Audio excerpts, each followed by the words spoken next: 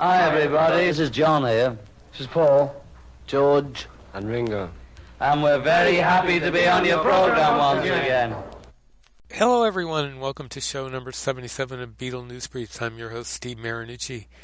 Today we have another really big show. We have an interview with Zeek and Lefty Weekling, Bob Burger and Glenn Burtnik of the Weeklings, about their new album 3 that comes out on Friday, January 17th.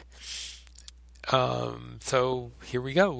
We talk all about the album and about the making of the album and talk about the songs. So we'll also feature a song from the album at the end. So don't go away. Anyway, here's the interview. Take a listen. All right, welcome to Beatle News Briefs. We're with the Weeklings to talk about their new album 3. And who do we have on the line? Gentlemen, I'll let you identify yourself.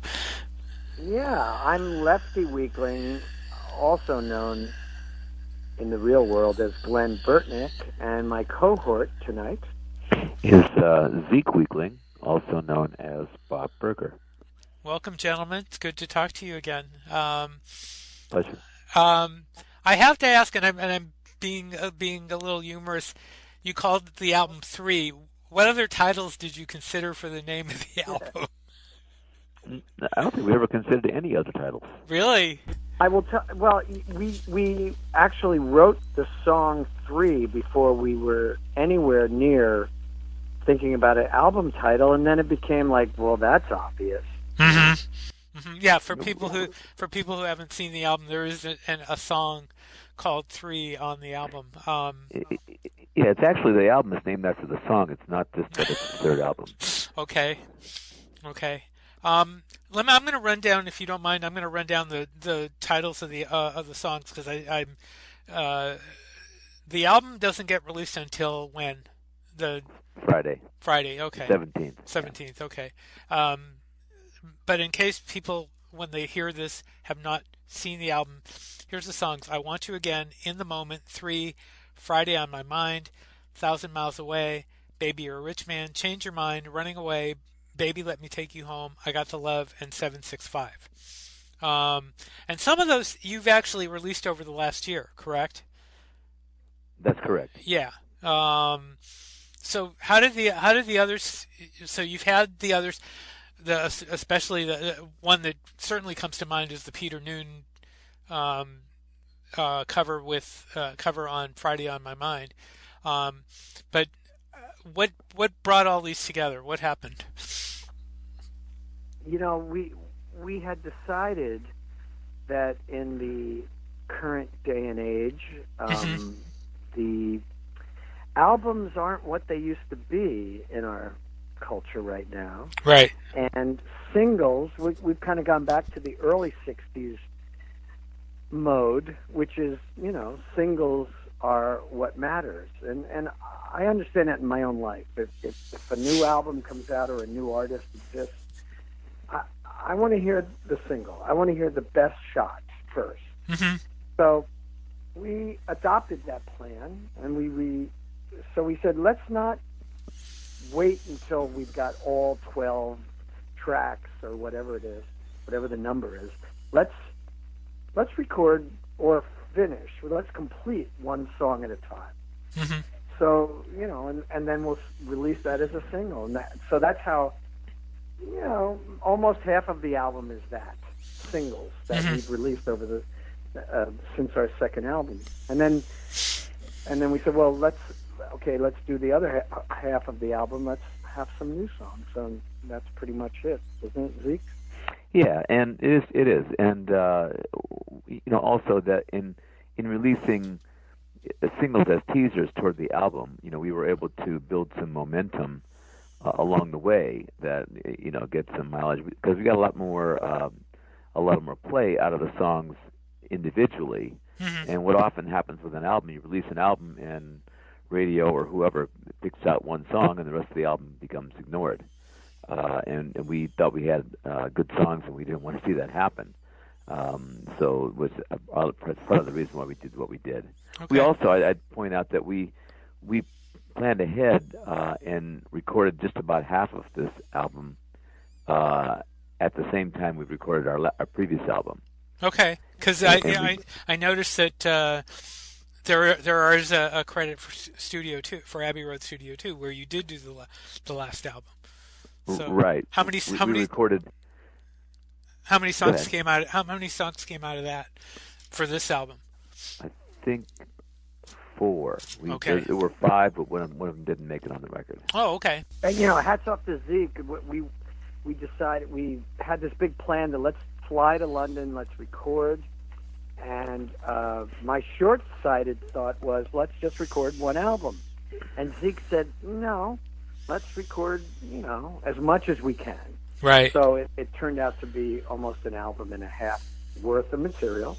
So when we released our Studio 2 album, by the way, all recorded at Abbey Road Studio 2, where the Beatles did almost all their music. Right.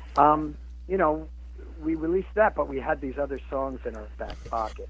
And so we had time to remix, add any extra accoutrements, and eventually release each one as a single. And there's a few that we didn't release. So the album, so this third album has tracks from Abbey Road Studio 2, as well as some of the other studios we were in. And the other cool thing was when we recorded the original batch of songs at Studio 2, we had the luxury of picking the ones that went together for the second album and holding back the songs that would go in the third album, realizing that they were different in their character. It wasn't that we put all the best songs in Studio 2 and then what was left over. We knew we had actually better songs that we held back because they didn't fit on that album thematically. Which brings up a point that I noticed in listening to the album, that this album is not just a 2.5. It's actually, it is a 3. In other words, it's a progression from the first 2 albums. Is that correct? Definitely. Our entire thing has changed over time. We accidentally became a band doing these Beatle shows, and where we would note for note try to tear apart everything we could from various Beatle albums.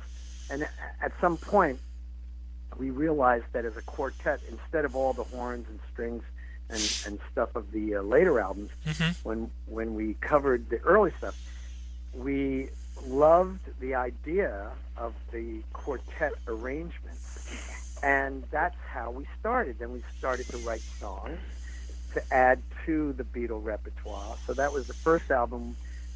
First and second album had a lot of unknown Lennon-McCartney songs. So right. we really began as a let's use the Beatles as a template, which we still kind of use, but not as much. And I'm now remembering that there was a working title for this album. Really? Which no longer, by the time we were almost done with the album, it made no sense whatsoever. Once we wrote 3, it didn't make any sense. But the working title was Plagiarism. Oh, yeah. We were joking with the idea of, like, what we were trying to do and what we've been trying to do is to draw as much as we can from the past songwriters, past Beatle records, right, and other 60s music, instead of copying anything from the 90s. While we're working on music, we bust each other. We say, that's kind of an 80s thought, if we're arranging or writing a song. So anyway, this album is definitely a progression in terms of it's not early 60s that we're going for. We're actually, on this album, we've found ourselves a little bit more. Yeah, and the other thing is on the first 2 records, especially the first one, we really copped to the Beatles model in that what we recorded in the studio was limited to a quartet with very few overdubs. Right. And so we relaxed that on this record and allowed ourselves more overdubs of guitars and, added some piano here and there and added, some percussion here and there that we wouldn't have done in the first 2, which gives it a different sound, definitely, than the first 2 albums. As far as songs go, like I said, that you've progressed ahead. I mean, the Beatles song is still there, like the mention of A Hard Day's Night in I Want You Again, and all sorts of things, but you really have taken this on, into a new area, which is really good. I love Change Your Mind. That really hit me as soon as I heard it. Any comments about that? What were you? I mean, that really is a beautiful song. I think that's a fantastic song. I'm glad you like it. That's a classic Glenn Burtnik. Is it? Oh yeah. And I was going to say that is possibly the least '60s inspired kind of songwriting and stuff. But I'm glad you like it.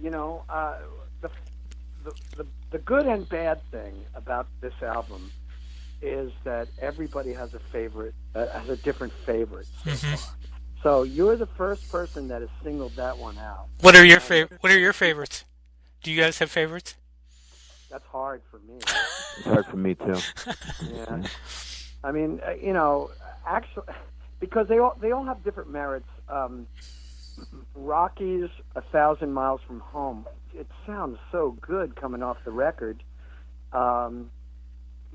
Obviously, the Easy Beats cover that we did, "Friday on My Mind" with the great Peter Noone singing. That's a thrill. It's a thrill of a lifetime for power pop aficionados like us. Right. And I'm proud of. In the Moment, we did a really good job with that very ambitious song. Also, our rearrangement of "Baby You're a Rich Man," a very lesser-known Beatles track. Right. When we play that live, audiences respond, and that's it's all great. What made you? I think so that the favorite in the band, I would say though, is 3. Really? I think so. Yeah. I mean, that's the song. When we got that song, we thought, well, that's it. That's really going to nail this down. And that's when it became obvious that was going to be the album, because we thought the song was so good, and the audience response to the song was so good. What went into the rearrangement of "Baby You're a Rich Man"? Because that's surprising to hear. I mean, your arrangement is really a lot more solid, I think, than the Beatles arrangement, because of the, I mean, given the time that they did it in, that's what they did, but you've advanced it, I think. Lefty's wife said the same thing. Really? Yeah, she prefers our version to the Beatles, which is like sacrilege in my house. But you know what? That has always been one of my favorite, Desert Island Beatle tracks. Yeah. And I just loved it, and so does Rock. I mean, we all love it, but I can't remember how it came up with "Let's Do That One," but I can't either. Yes, we started kind of tweaking it, and we just added this bass part, and it kind of put it into a funkier groove, which possibly "Baby You're a Rich Man" is the funkiest song the Beatles ever recorded, and we just might have taken it, 2 steps further. Let me ask you to, because I'm sure you've told the story. How did you guys link up with Peter Noone? We tell a different story every time that comes up. Wow, whose turn is it? I think it's your turn. It's my turn. Yeah, make something up. The truth is that I've always loved Peter Noone. We all have. I grew up listening to him. Sure. I did a gig like 30 years ago. I got a call that Peter Noone was doing a Native American casino out in nowhere land, and their bass player got ill or something, and so I was flown out, and I was like, because I was like, yeah, I know all of Herman's music.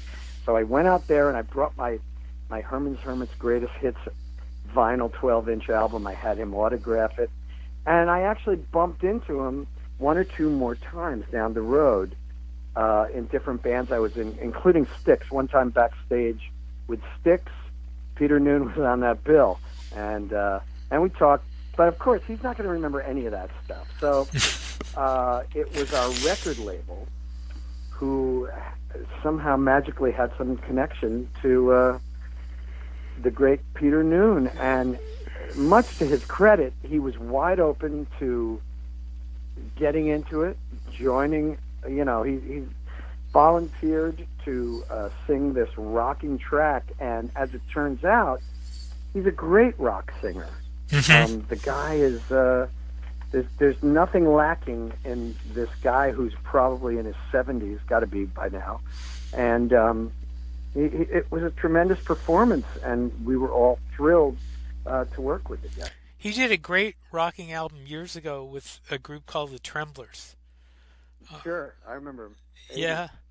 I haven't heard it for a long time, but I do remember it was very non-Herman's Hermits, and he did it. It was marvelous. It was really marvelous, and it kind of what he did here kind of reminded me of that. So. Yeah, he's a talented and and capable guy in a number of genres. He was successful doing Herman's Hermits, but that doesn't necessarily mean that that's all he can do. Yeah, he did. I believe he did David Bowie covers too. So he did. Yeah, he's done. I mean, not an extensive amount, but I know he did. I seem to remember that he did do some David Bowie covers. I can't remember off the top of my head now what it is, but yeah. So. Yeah, he's done all sorts of different things. He's a real talented guy. You guys also have Mark Rivera on the track "Running Away." How did that come about? Same way? No, that's different. We're closer with Mark Rivera, and Smokestack, our drummer, plays with him pretty often. And we wanted to add saxophone to the track, and we just said, hey, Mark Rivera would be the great guy to do it.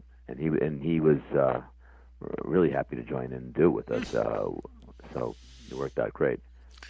Who, if I can ask you to divulge a secret, who is it that says they become naked on Running Away? What's going on at the end of that song?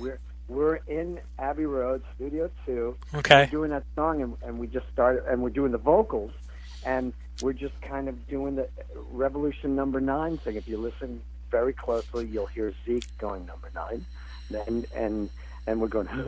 I'm a big Revolution number 9 fan, and the song comes to an end, and I said, "Become naked," which is the Yoko moment that you never forget when you hear it. It's just like, oh my God. And then we all laughed, and we decided to keep it on the record. And it's silly, but it shows that we're having fun. Mm-hmm. Yes, it definitely does. It definitely does.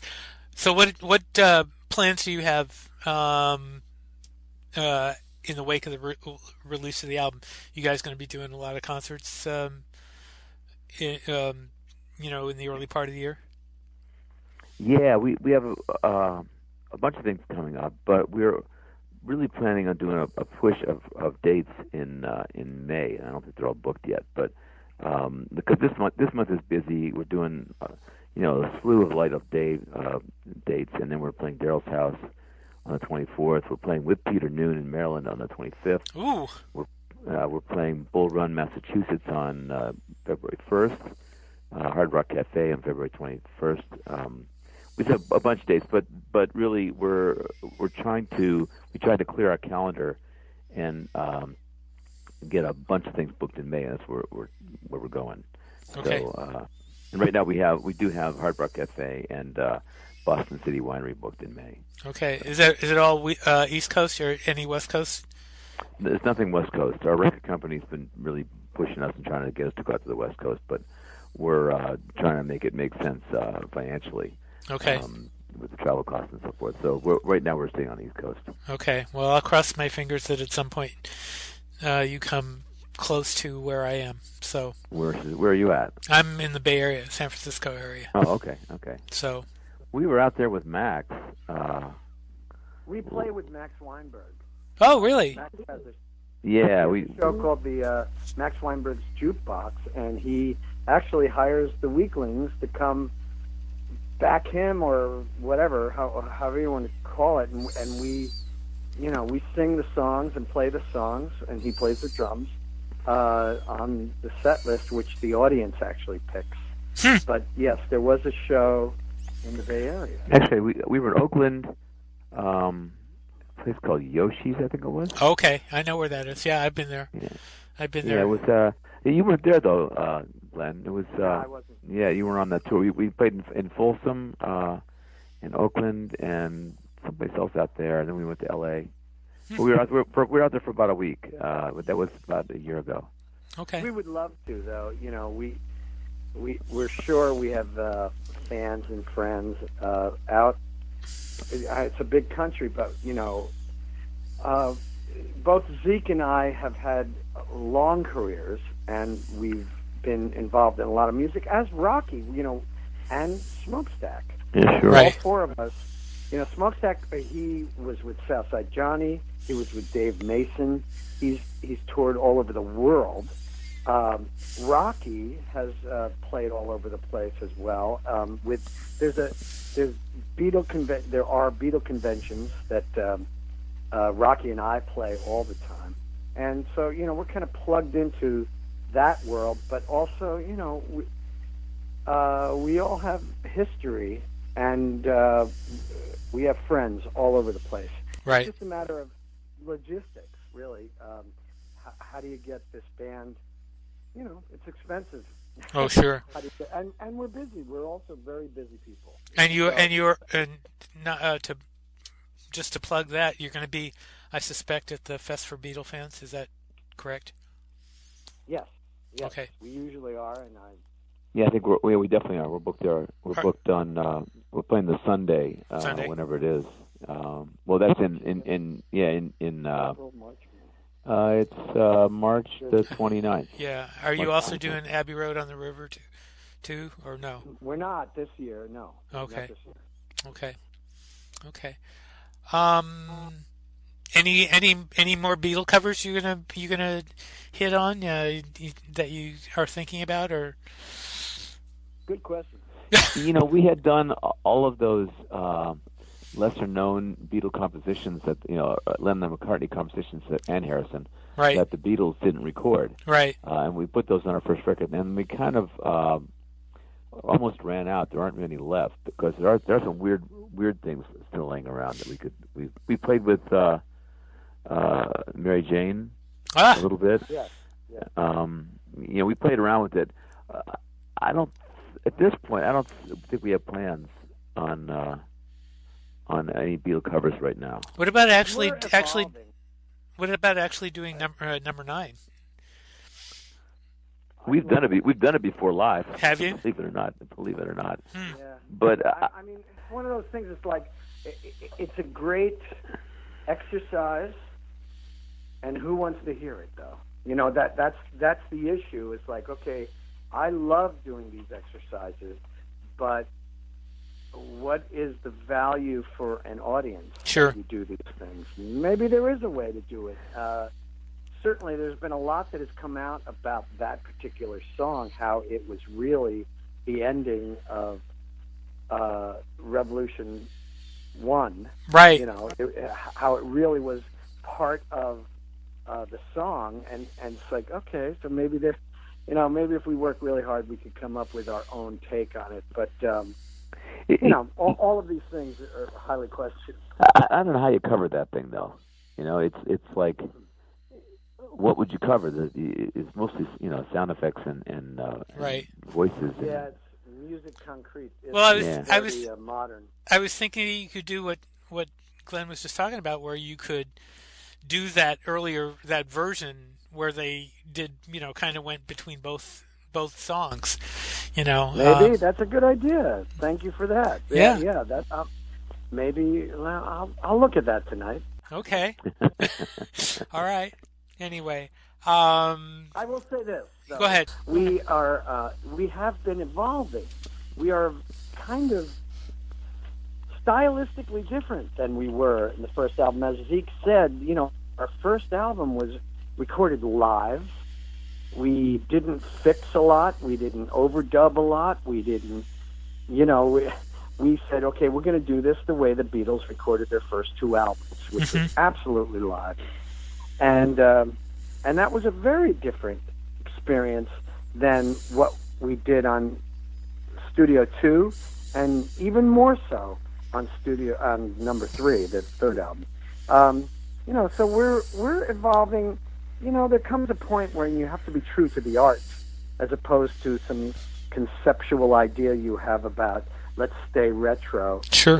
There was a speech of Bruce Springsteen's where he said, it doesn't matter if you're using tubes or if you're going analog, which is a very popular notion among musicians who are in search of these conceptual ideas.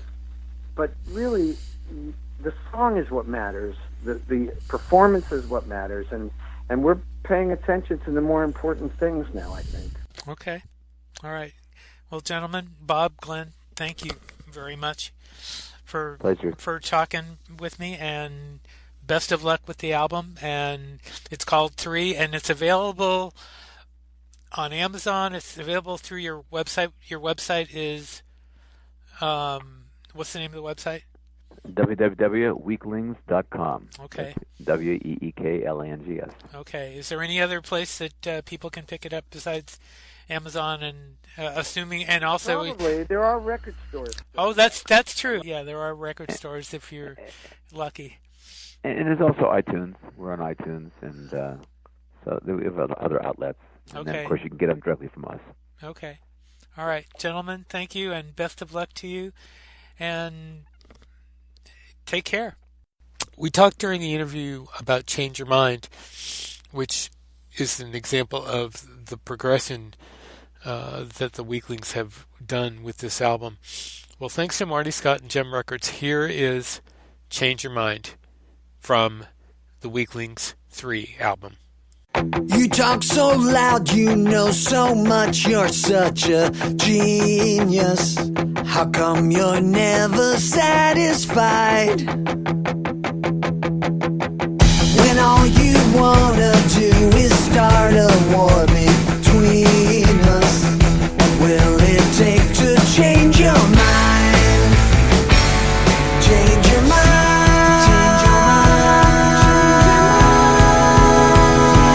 Change your mind.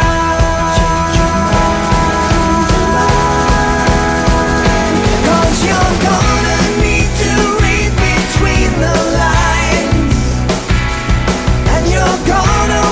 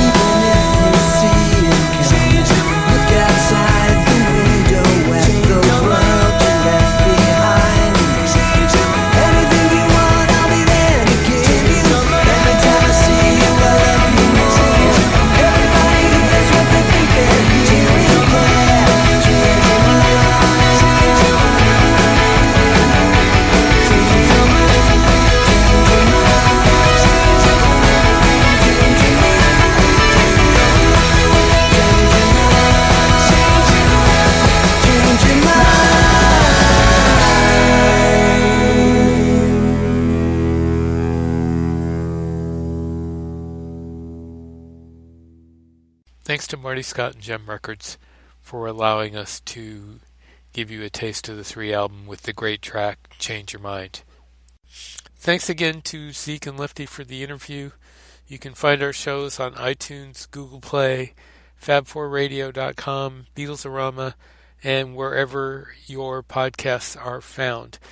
Join our Beatles news and information page on Facebook, and check out our That's What I Want Beatles store page on Facebook for great deals for yourself and your favorite Beatle fan. Thanks for listening. Until next time, this is Steve Marinucci saying, Be seeing you.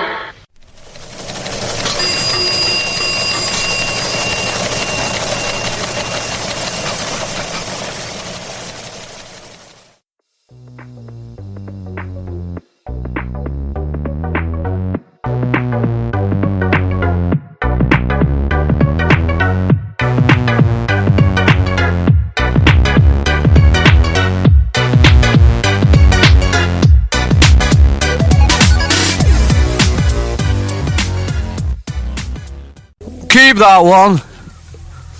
Mark it fab.